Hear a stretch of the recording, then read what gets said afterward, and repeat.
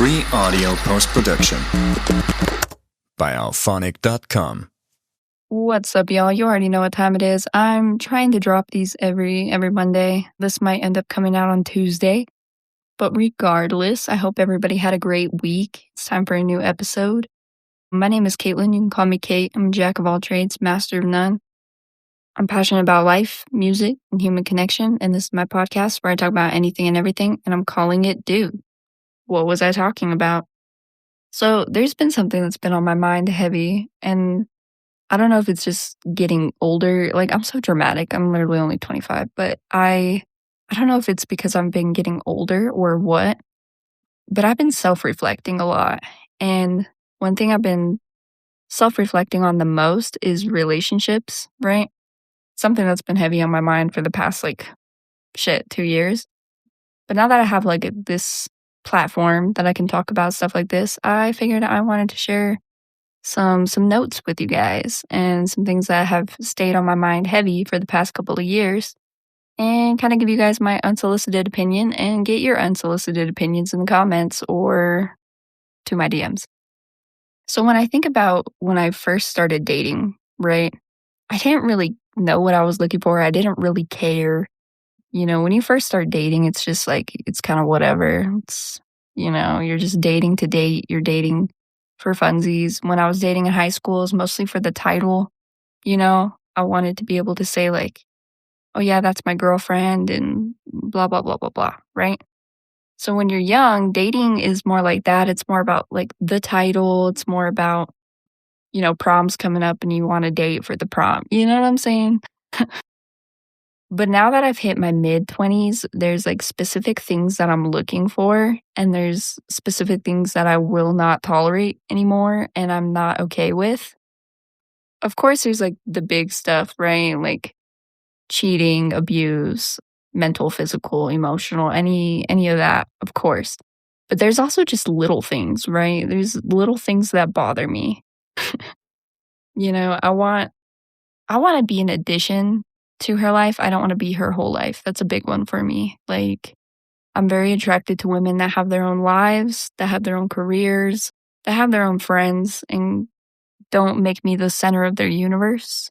I want to add to their universe. I don't want to be their whole universe and everything that they live and breathe for. Because if we break up, right? Hopefully we don't. But if we do, I want her to have those things to still lean on. And I don't want myself to be the only person and the only thing that she wants to lean on when she's upset. She has to have her own coping mechanisms. And then I'm just the support system.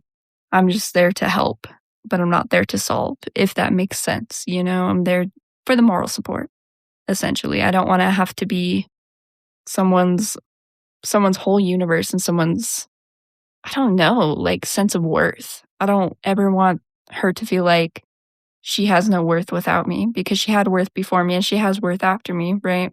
So that's a big one for me.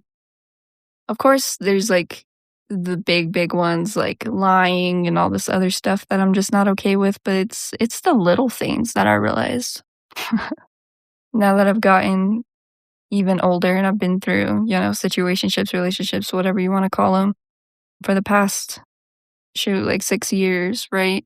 Because I got out of my long-term relationship in 2020, and then every other one has been pretty short-lived. And I've learned from every single person that I've had a short-lived relationship with, whether that be a few months, a few weeks, a year. I think was the longest. After that 5 years was a year-long relationship. And I've learned things from everybody. And I've learned what I am and am not okay with.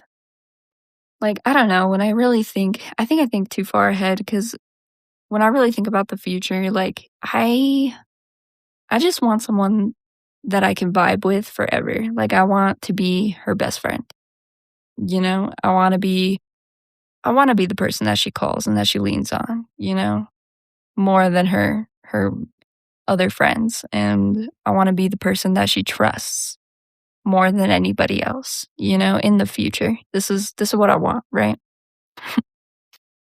And I just wanna build together, you know? Like, you have your own life, you have your own career. I have my own life, and I have my own career. And then we bring it together, and we make each other better, you know? I have a shitty day at work, I wanna come home and talk to you about it. You have a shitty day at work, I want you to come home and talk about it. You know, I want it to be mutual like that. And not only that, but the biggest thing that I'm looking for these days is stability, right? I feel like a lot of my early relationships were intense and passionate right off the bat, and that's not even what I'm looking for anymore. Like, I'm not looking for intense, passionate relationships. I'm looking for, like, slow burn, you know? Let's hang out. What happens if what happens if we hang out for 2 months and we haven't even kissed each other, you know? What if we just talked? What if we just told each other our dreams and aspirations? What if we just sat there and talked about life? What if we sat there and talked about our childhoods, you know? And what happens if we step back and take our time? Because that's one thing that I've never really done. I've always been like a pedal to the metal kind of person when it comes to relationships, and I think that's why none of them have worked. Because I think I went from passion and obsession and possession instead of like, hey, let me step back and see who you are as a person. Can we even be friends?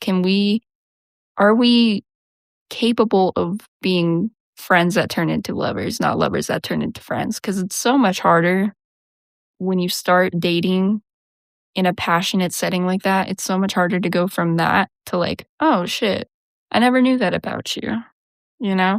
Whereas if I already know that, and I already know most of what you've been through, and I already know most of what your life was before me, I feel like it's a better foundation.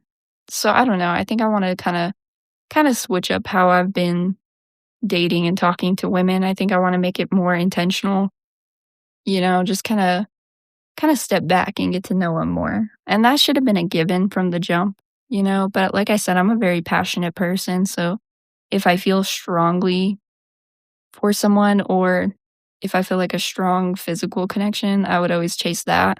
And I think I want to do the opposite. I think I want to chase connection and emotion versus like physicality.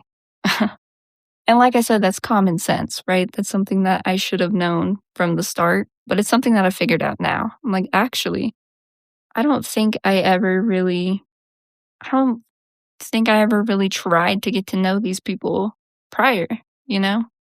And it sounds dumb. Like you'd be like, why would you do that, right? And I understand, right? It sounds stupid. Cause like, yeah, of course you want to know them, right? But sometimes I think if you're strongly like attracted to someone, it kind of blinds you from who they are as an actual person. So I think 90% of the time I was just looking at them because they were attractive to me and I wasn't looking at if their soul was attractive to me. So yeah, I think that's something that I kind of want to explore more with the next one. I want to make it kind of slower, you know? Like let's be homies and fall in love after. Let's not fall in love and then try to be homies because it just doesn't work. It just doesn't work when the roles are reversed. I don't know why, but I like building strong, genuine friendships because any relationship that has lasted in my life longer than a couple months was because we were friends first. And then we're like, "Oh shoot, we're really good friends. What if we tried dating?" Right? And those ones actually lasted longer because I already know they like me as a person. You know, you pick your friends because you like them as people and you like the personality and you like to hang out with them, right? That's how you pick your friends. And so if you're basing it off of that and then you start like the romantic attraction part after, I feel like it just builds a better foundation. I feel like it's stronger that way.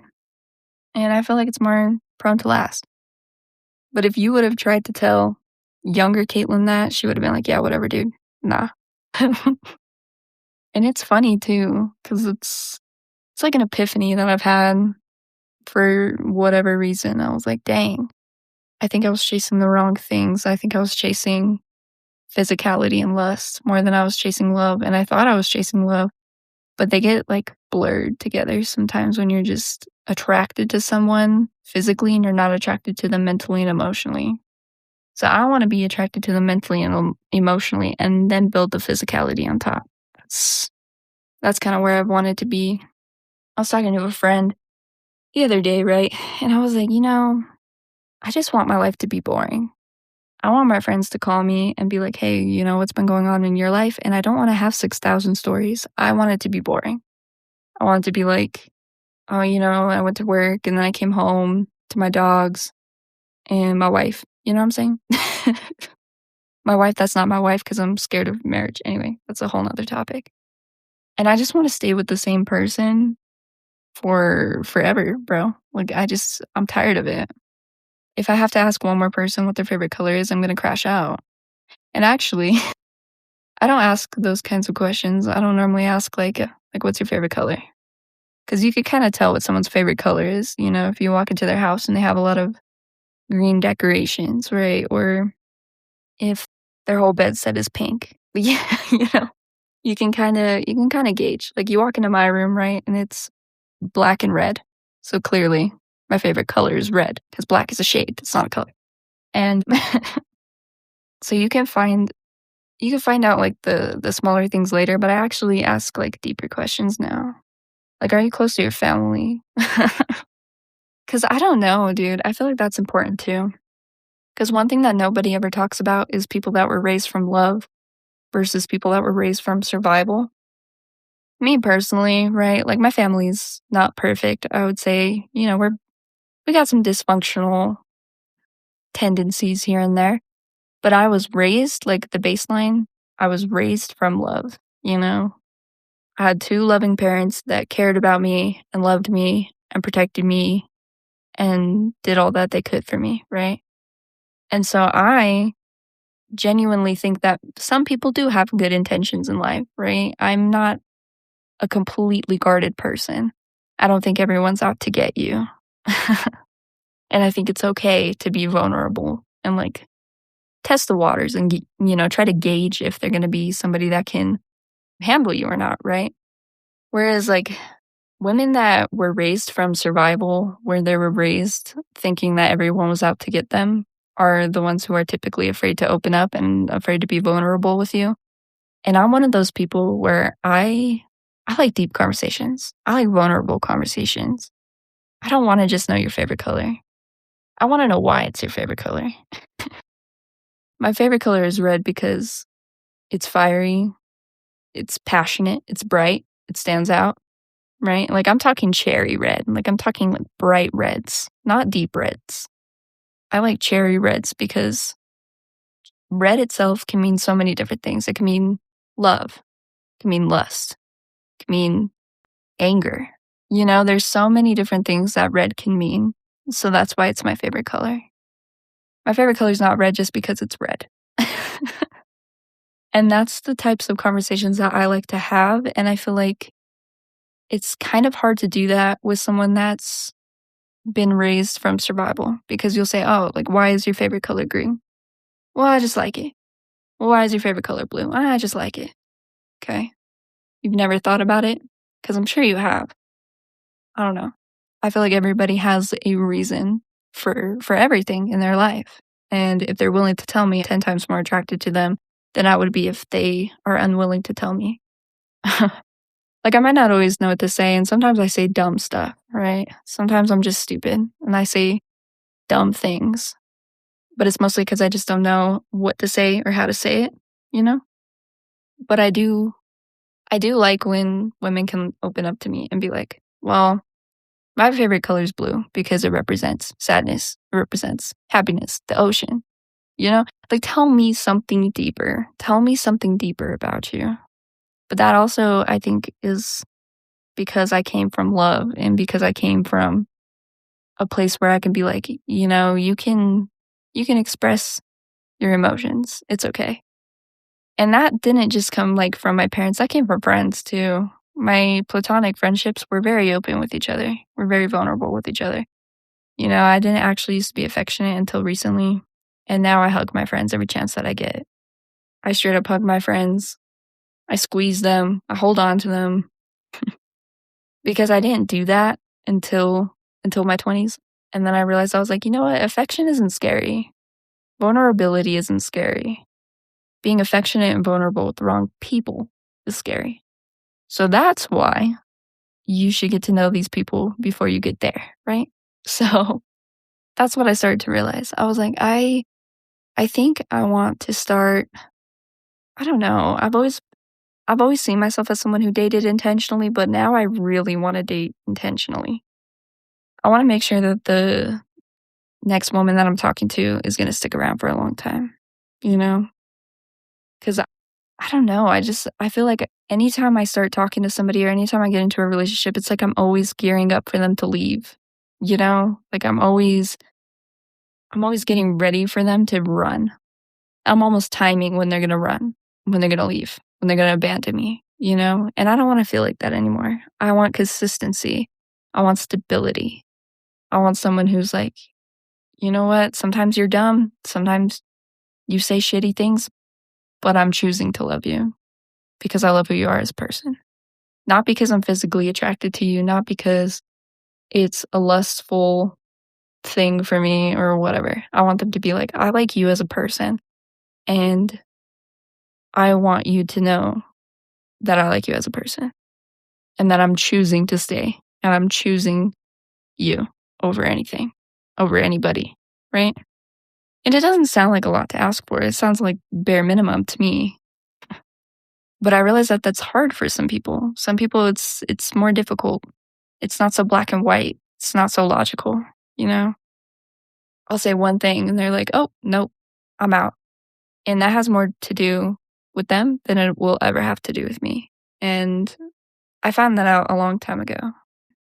Just because I like to analyze people. I think it's one of my favorite things to do is study psychology and analyze other people just for fun. So if they run from you, it has nothing to do with you. And that's the baseline of it. That has everything to do with them and nothing to do with you. I used to blame myself. Yeah, I used to blame myself. Anytime a girl would break up with me or she would hurt my feelings or she'd abandon me, stop talking to me, I always blamed myself. I was like, damn, what did I say? What did I do? How do I prevent that from happening next time? And the truth is you can't, you know? So I've learned, even if this sounds chaotic and unhinged, I learned to just say it. I learned to say whatever's on my mind. I don't really think about it and I don't really care. Because if she genuinely wants to be with me, if she genuinely likes me as a person, she'll stay. And if she won't, then that tells me more about her than it does about me, you know? I'm not saying I say horrible things or anything, but I just say what's on my mind. If something bothers me, I just say it now. And I used to not be like that. I used to be very guarded with my emotions. And I still am sometimes. I used to even be scared of like telling a girl I liked her because it sounded vulnerable. I used to be like, no, I don't want to tell her I like her because then I'm going to look weak and vulnerable and gross and cringy and whatever else. I'm going to give her the ick, right? No, I don't. No, I don't. I'll straight up look her in the eyes and be like, I really fucking like you. Yeah. I don't know. I just feel like it's because I'm starting to get to the point where I'm intentional with it. You know, I'm not trying to waste any more time. But even then, I feel like every relationship is not time wasted because it teaches you something, whether you realize it or not. I feel like I can give you specific examples of every single person I've dated and what they taught me and what I learned from that relationship, even if it was short-lived, you know, even if it was like a couple months, even if it was a couple weeks and we were just talking and getting to know each other, you know? And it's interesting. I don't know. I feel like it's super cool. I love human connections. I really do, even if they don't last, even if they don't work. I like talking to other people because it gives you a whole nother perspective. But it is difficult. So if you are going to date a woman who is used to surviving versus loving, just know that it's going to be difficult. If you were raised from love, it's going to be a lot harder. You have to put in a lot more legwork. But she could be worth it, you know? So don't just write her off because she's closed off or whatever. Just, you know, kind of let her open up to you slowly and show her that you're a safe person would be my biggest advice. Try to show her that you will stay and that you will stay consistent. Even if she's not, even if she's scared, even if she's running. Just try to, just be consistent, be chill about it. And they notice those things. They really do. But also, don't set yourself on fire to keep a connection alive that's dead. Don't do that either. If she ain't talking to you, she ain't talking to you, and it is what it is. For everyone that won't, there's one that will, Anytime you lose a person, there's always something else to gain. There's always another person that's on the other side that's waiting for you, and you just don't know it. So don't give up hope either. Don't set yourself on fire. But if you're going to make it work, be consistent, be stable, be secure. I want to be in the most stable, loving relationship, That's my goal in life. That's really all I want in life. I just want a stable, consistent relationship and a stable, consistent job. Stable, consistent career. That's all I care about. I don't really care about all the extra bells and whistles of, I'm not like materialistic. So I'm not like, I want to have like this great house and this big, like lots of land or I don't know, nice car. I don't really care. Like we could live in a shack, right? Me and my future wifey, we could live in a shack and I'd be happy as long as like she makes me feel stable and consistent. Like relationships are never easy, right? But they also shouldn't be hard. Like it shouldn't be a war zone. It should be easy to a point. I was having this conversation with a friend too, and I was like, I feel like some women, not all of them, some women get so scared of stability, like insecurity. It scares the shit out of them. And I said, I'm the opposite. I'm turned on by security and stability. That's all I want out of life. I'm not scared of it. The more secure, the better. The more stable, the better. Because I'm not trying to set myself on fire to keep a connection alive, I want it to be mutual, and I want us to both be secure and stable together and consistent together. And in love forever. I'm a hopeless romantic, unfortunately. It will never die. But I really am just a strong believer that things work out and that life works itself out. And that whoever's meant for you is meant for you, and whoever isn't, isn't. And the universe or God or whatever you believe in will sort all of that out for you. And you do have to put in some legwork, but you shouldn't have to run a marathon. I hope some of this made sense. I'm sure some of it did not, it's very chaotic. I should probably write like little bullet points. But the point of this whole podcast is it's all over the place, and this is how I talk, right? These are the conversations that I have with the homies. These are the conversations that I have with my family and my friends, So I'm treating my podcast like it's a FaceTime call with you guys. So if I wrote out bullet points, I don't feel like it would be authentic to who I am as a person because I jump topics and I jump around a lot. But I always have like a final destination planned out in my head. But thank you guys for listening. Thank you guys for supporting the podcast. And I appreciate you guys to the end of eternity. And I love you guys so much. And I will catch you guys next week. And dude, what was I talking about? Free audio post-production by awphonic.com.